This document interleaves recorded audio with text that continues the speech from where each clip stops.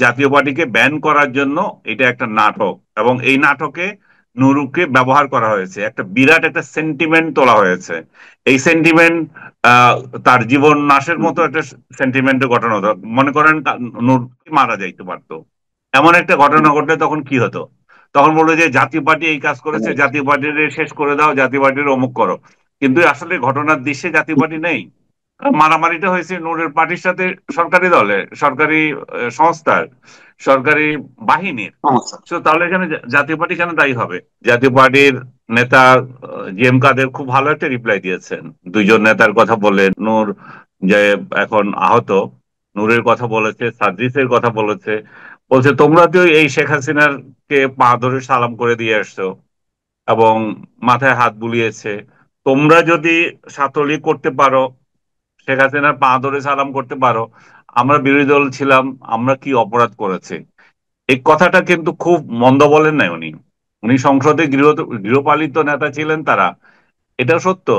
কিন্তু শুধুমাত্র রাজনীতি করা, অতীত রাজনীতি করার জন্য যে আপনি কাউকে একদম খারিজ করে দেবেন, সে অপরাধ কি করেছে তাহলে?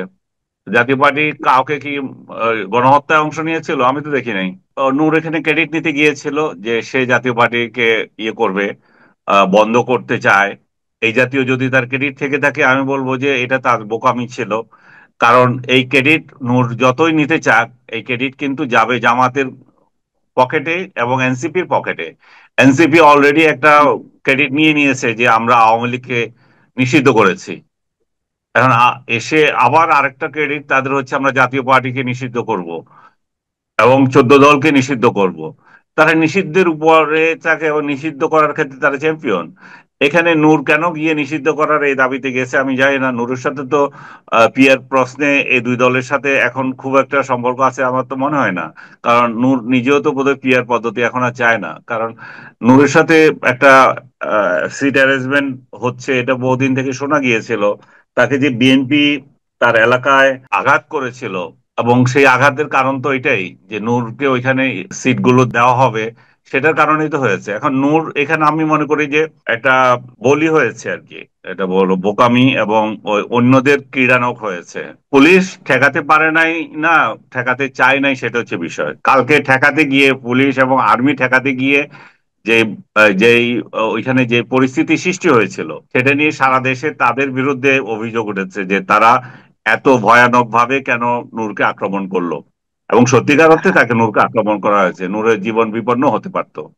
কিন্তু হুম, হুম, প্রশ্ন হুম, হচ্ছে যে যারা আইএসপিআর থেকে তো দাবি করা হয়েছে সেখানে আমরা মব নিয়ন্ত্রণের জন্য এটা করেছি, সেটা এমন পরিস্থিতিতে গিয়েছিল। এটা তো সত্য। এটা জাতীয় পার্টির অফিসে যদি আগুন লাগিয়ে দেয়, এটা তো বিচ্ছিন্ন কোনো একটা জায়গা না, ওখানে আরো চার পাঁচটা বা চারপাশে বাড়ি আছে। জাতীয় হুম, পার্টির হুম, অফিসকে যদি এভাবে ধাউ ধাউ করে জ্বলতে দেয়, তাহলে পার্শ্ববর্তী বিল্ডিং গুলোর কি হবে? এই দায়িত্ব কে নেবে? তাহলে আইন শৃঙ্খলা রক্ষাকারী বাহিনীর দায়িত্ব কি? তারা তো এটা প্রিভেন্ট করবেই।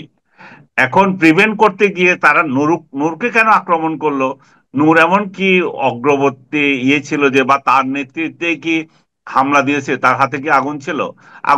আগুন প্রতিরোধ করার জন্য তারা তো অনেক উপায় থাকতে পারে। আবার ওই ওই উপস্থিত ঘটনাবলীতে আমি আপনি কেউ ছিলাম না। কোন পরিস্থিতিতে কি যায় সেটা তো আমি বলতে পারি না।